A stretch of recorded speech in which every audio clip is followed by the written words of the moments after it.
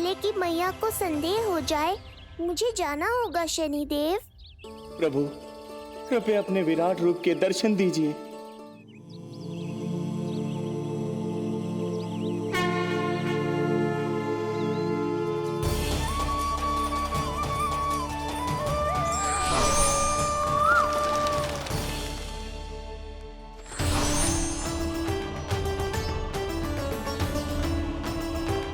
हे श्री हरि, मुझे पंछी की छाया।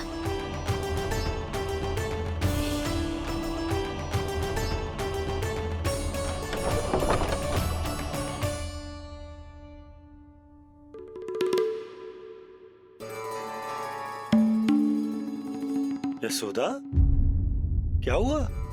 क्या देख रही हो? क्षण भर को लगो जैसे लल्ला की ना कोई पंछी की छाया हो। पंछी?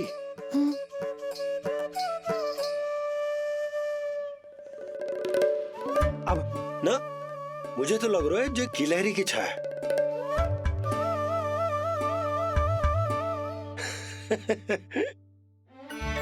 यशोदा, बालक नीलमणि है और बालकों वाले काम तुम कर रही हो।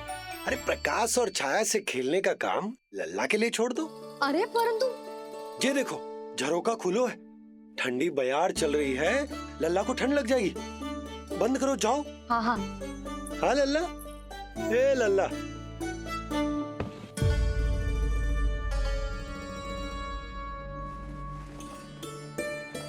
आज सब कितने सज धज के आए थे तुझसे मिलने के लिए, जैसे दीपावली हो। है ना लल्ला? सिवाय इनके देखो,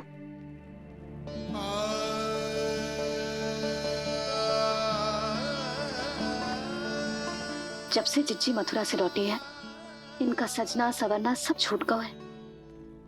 मैया, तब तो हमें अवश्य ही कुछ करना चाहिए। सुनो जी, हमें अवश्य कुछ करना चाहिए। जे इसे देखो, ना तो जे थको है, ना इसकी आंखों में नींद है। हो सकता है इसका भी मन हो अपनी बड़ी माँ से बात करने का।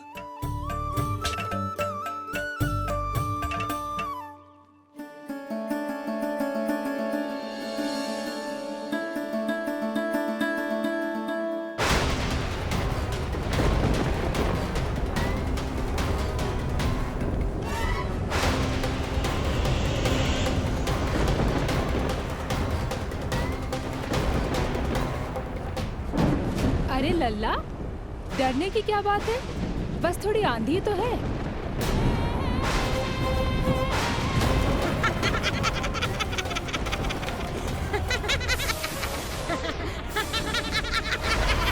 लल्ला, लल्ला, लल्ला, लल्ला।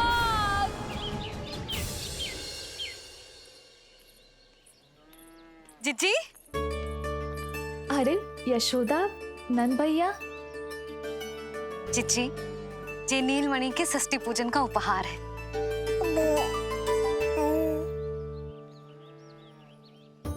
यशोदा, नंद भैया, मैं आप दोनों की भावनाओं का सम्मान करती हूँ। आप दोनों को तो पता है, मेरे हृदय में नीलमणि के प्रति अत्यधिक प्रेम है। यशोदा, तुम तो जानती हो, मैं ऐसे वस्त्र नहीं पहनती। स्त्री का श्रृंगार उसके पति से होता है, और मेरे पति तो उस महादुष्ट कंस के कारागार में बंदी है। ऐसे में इस रास रंग का झूठा दिखावा कैसे करूं नंद भैया? अभी समय नहीं हुआ है, इसीलिए विवश हूँ। पर आपका दुख मैं भली भांति समझता हूँ बड़ी माँ। दिन रात ये भय लगा रहता है कि कभी भी उस कंस के सैनिक आएंगे और मेरे पुत्र को मुझसे दूर ले जाएंगे। इस आशंका में मैंने उसका बालपन भी खो दिया है। उस नन्हे से बालक को 4 दीवारों के भीतर बंद करके रखा है मैंने।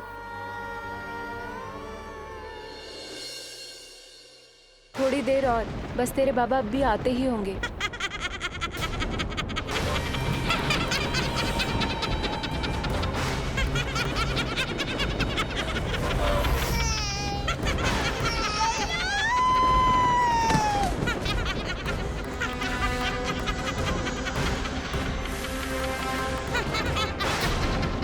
भाभी, आपका पुत्र हमारे नीलमणि का बड़ा भाई।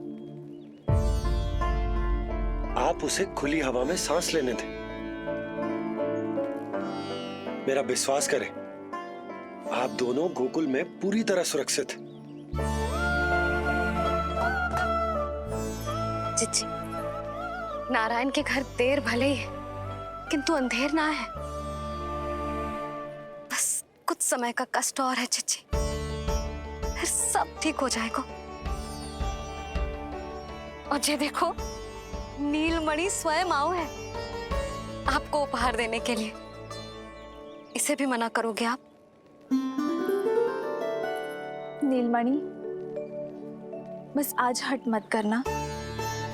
मैं तुम्हारी ताऊ जी से मिलूंगी ना, तब नए वस्त्र गहने सब पहनूंगी, साज श्रृंगार करूंगी, तब पूर्ण अधिकार से देना तुम अपना उपहार। किंतु आज नहीं। बड़ी प्रसन्नता की प्रतीक्षा में छोटी छोटी प्रसन्नताओं को त्यागना नहीं चाहिए बड़ी माँ।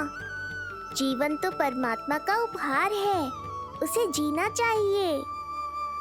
चिच्ची, बड़ी प्रसन्नता की प्रतीक्षा में जीवन की छोटी छोटी प्रसन्नताओं का त्याग ना करना चाहिए। जीवन तो परमात्मा का उपहार है, जीवन तो जीना चाहिए। नंदराज, नंदराज, नंदराज, क्या हुआ? भोला, बंसी, तुम दोनों यहाँ? जी वो उपनंद जी ने कही थी कि आपको वार्षिक कर के बारे में स्मरण करा दूं, इसलिए हम दोनों चले आए। अरे हाँ, नीलमणि के आने की प्रसन्नता में मैं तो भूल ही गया था।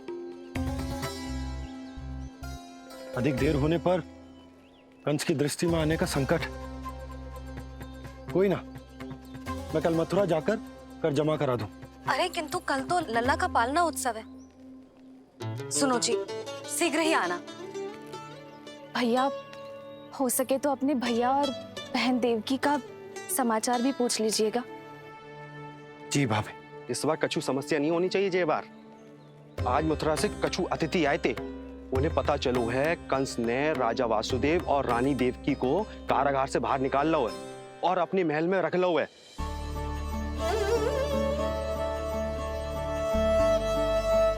ये तो अत्यंत शुभ समाचार है।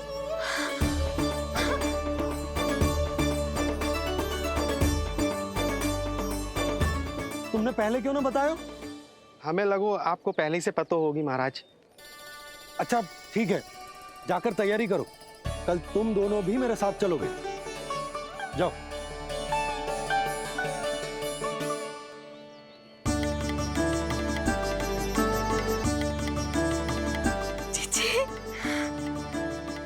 भाभी, यशोदा ने कहा था ना कि नारायण के घर देर अवश्य है, परंतु अंधेर ना है। प्रतीत होता है हमारा नीलमणि सबके लिए सौभाग्य लेकर आया है। सच्ची भाभी, नारायण का वरदान है जय बालक। भाभी, अब हमें चलना चाहिए। और हाँ, कल वसुदेव भैया और देवकी भाभी से बिना मिले वापस ना आऊंगा मैं। उन्हें कह दूंगा और बता दूंगा कि कितना स्मरण करते हो आप उन्हें।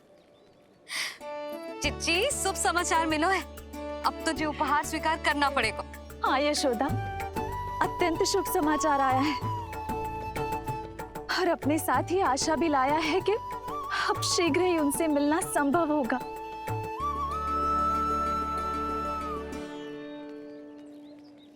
तुमने सत्य कहा था यशोदा, जीवन जीना चाहिए।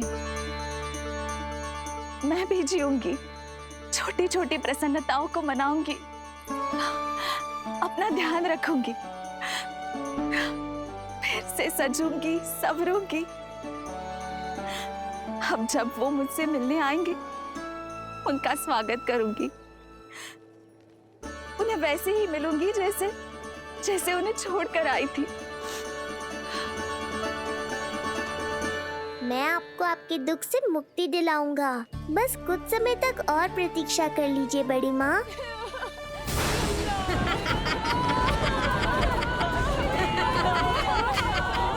कब तक बचेगा शिशु विष्णु?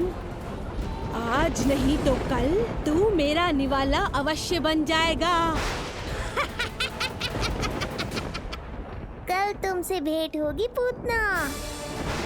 कहाँ है तू शिशु विष्णु? शीघ्र ही तुझे आहार बनाऊंगी मैं। तुमने बहुत दुष्कर्म कर लिए पूतना। अब तुम्हारे आतंक का अंत करूंगा मैं।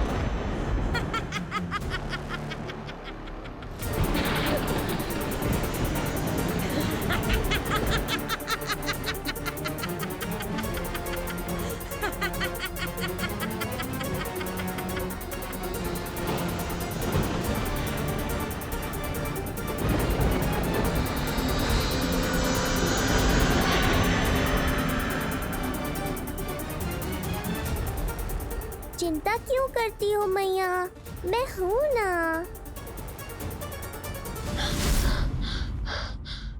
नेत्र खुले रहे तो मैया पक्का घबरा जाएंगी।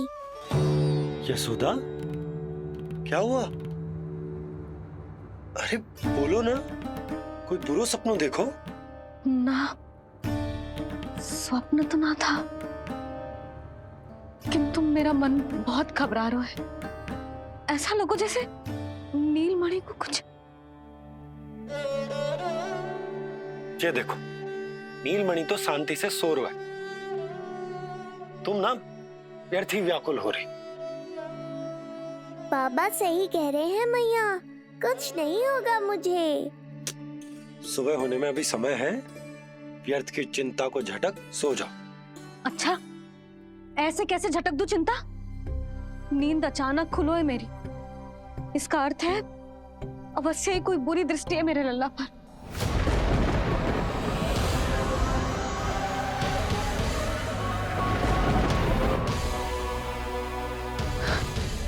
आप भी कल जा रहे हो मथुरा? सुनो जी, जाना आवश्यक है, रुक ना सकते आप? कर जमा करानो है यशोदा। कल अंतिम दिन है। यदि वो निकल गए तो नारायण ही जाने वो कंस क्या करेगा। जानो आवश्यक। पिछले 6 दिन से नित्य कोई ना कोई कर्मकांड संस्कार चल रहा है, इसीलिए तुम थक गई हो। तनिक विश्राम कर लो, सो जाओ। देखो, नीलमणि भी यही कह रहा है कि मैया मोरी विश्राम कर लो, सो जाओ।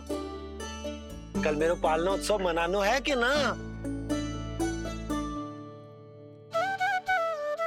सो जाओ।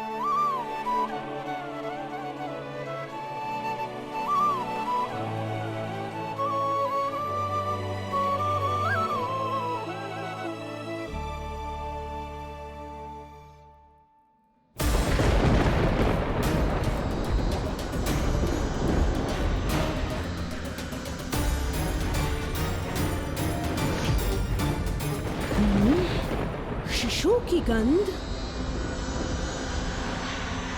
पर अब तो भूख भी मिट गई है। एक रात का समय बचा है बालक, जी ले।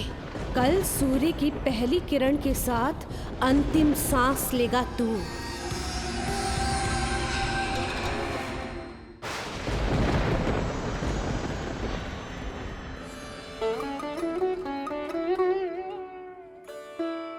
संतान के लिए मैया का कैसा अद्भुत प्रेम है ये।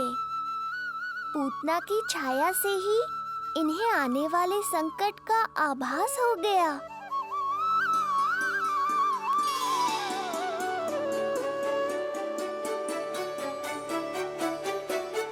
जब कोई बैलगाड़ी से यात्रा करता है तो गाड़ी पर चढ़ते ही सामान की गठरी नीचे रख देता है।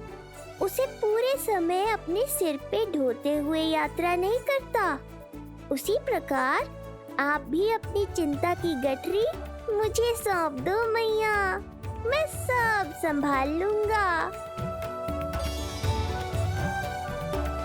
जैसे आप थपकी देकर मुझे सुलाती हो, वैसे ही आज मैं आपको सुलाऊंगा।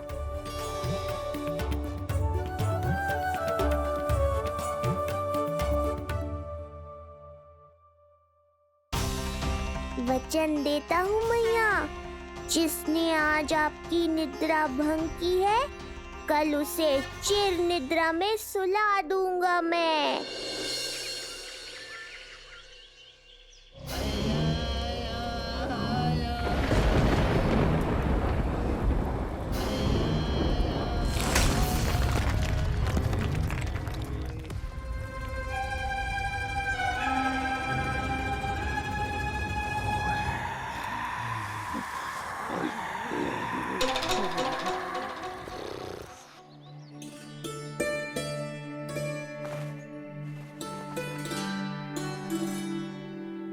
गाड़ी तैयार है नंदराज जी। उपहार और मिठाइयाँ तो ठीक है, किंतु भोजन रखो है कि ना? हाँ भाभी, रख दियो है। और भोजन ऊपर रखो है कि मिठाई? भोजन ऊपर रखो है भाभी। मुझे लगो ही था, अब मिठाइयाँ पिचक जाएंगी ना? हाँ भाभी, तो अभी मिठाइयाँ ऊपर रख देते हैं। क्या होगा बंसी भैया, फिर मिठाइयों का रस भोजन में चला जाएगा ना? मैया ऐसे पूछताछ करोगी तो हड़बड़ा तो जाएंगे ही। अरे भोला बंसी, अरे भोजन और मिठाइयों को अलग अलग रखो भाई। यही कह रही हो ना यशोदा? अरे वाह, आज हमारा राजकुमार जल्दी उठ गए हो। इसे भी पता है पालना उत्सव में इसके बाबा ना होंगे इसके साथ, इसीलिए विदा करने आ गए। फिर कोई ऐसो कर्म कांड ना होगो जब मैं ना हूं। बस आज जाने दे लल्ला, सबको जाकर अपने हाथों से मिठाइयां भेंट करूंगा और सबको बताऊंगा कि इतना सुंदर, इतना प्यारा लल्ला का बाबा बन गया मैं।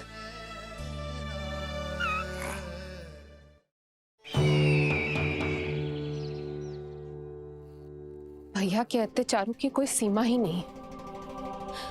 हमारे पुत्र को ढूंढने के लिए अब उन्होंने पूतना को आदेश दिया है। वो केवल महाभयंकर ही नहीं बल्कि मायावी भी है। हमें किसी भी प्रकार से ये सूचना गोकुल भिजवानी होगी। सत्य कह रही हो देवकी, मुझे भाई नंद को किसी भी तरह सावधान करना ही होगा, किंतु कैसे? हमारे लल्ला के बारे में जानकर सबसे अधिक कौन प्रसन्न होगा पता है? वसुदेव भैया। सत्य कहा आपने।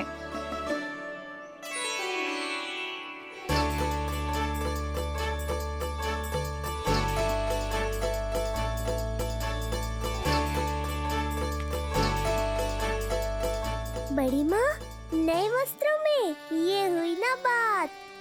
बहुत बहुत अच्छी लग रही हो रोहिणी जीजी, सच्ची।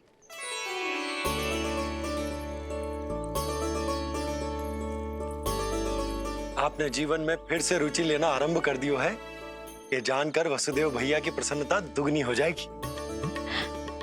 ये उनके लिए मेरे हाथों से बनाए पेड़े मथुरा के पेड़ों से भी अधिक प्रिय है उन्हें। और ये देवकी की नवजात कन्या के लिए कहिएगा केवल वस्त्र नहीं है, अपना आशीर्वाद भेजा है मैंने। सच में यशोदा, नीलमणि एक आशा का दूत बनकर आया है मेरे जीवन में। नंद भैया, उनसे ये भी कहिएगा कि मैं और उनका पुत्र, हम दोनों ही यहाँ कुशल से हैं। अगर ईश्वर ने चाहा तो शीघ्र ही उनसे मिलना संभव होगा। वसुदेव भैया और देव की भाभी से बहुत सारी बातें करनी। यदि विलंब हो जाए तो चिंता मत कर, जाने से पहले अल्लाह को हृदय से तो लगा लो।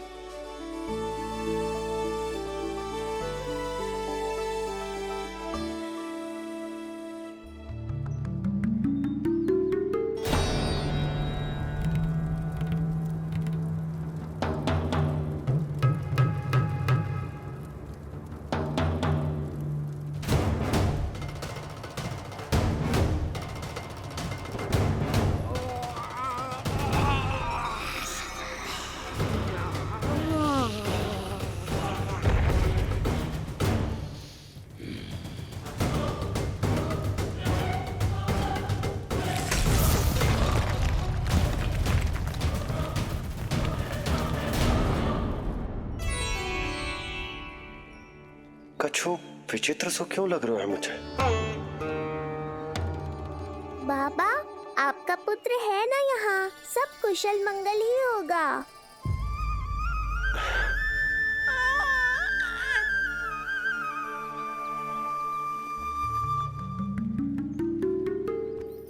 चलता हूँ। ध्यान रखो।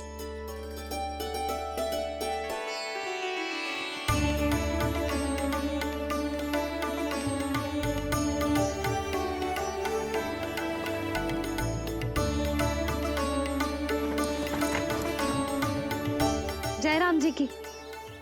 जय राम जी की।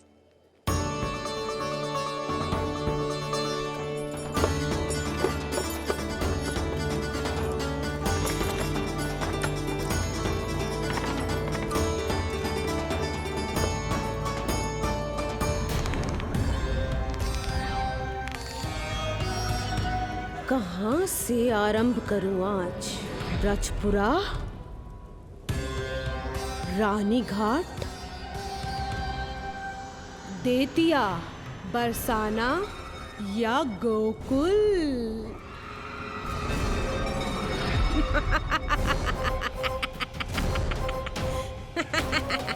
यही तो चाहता था मैं कि तुम यहाँ आओ।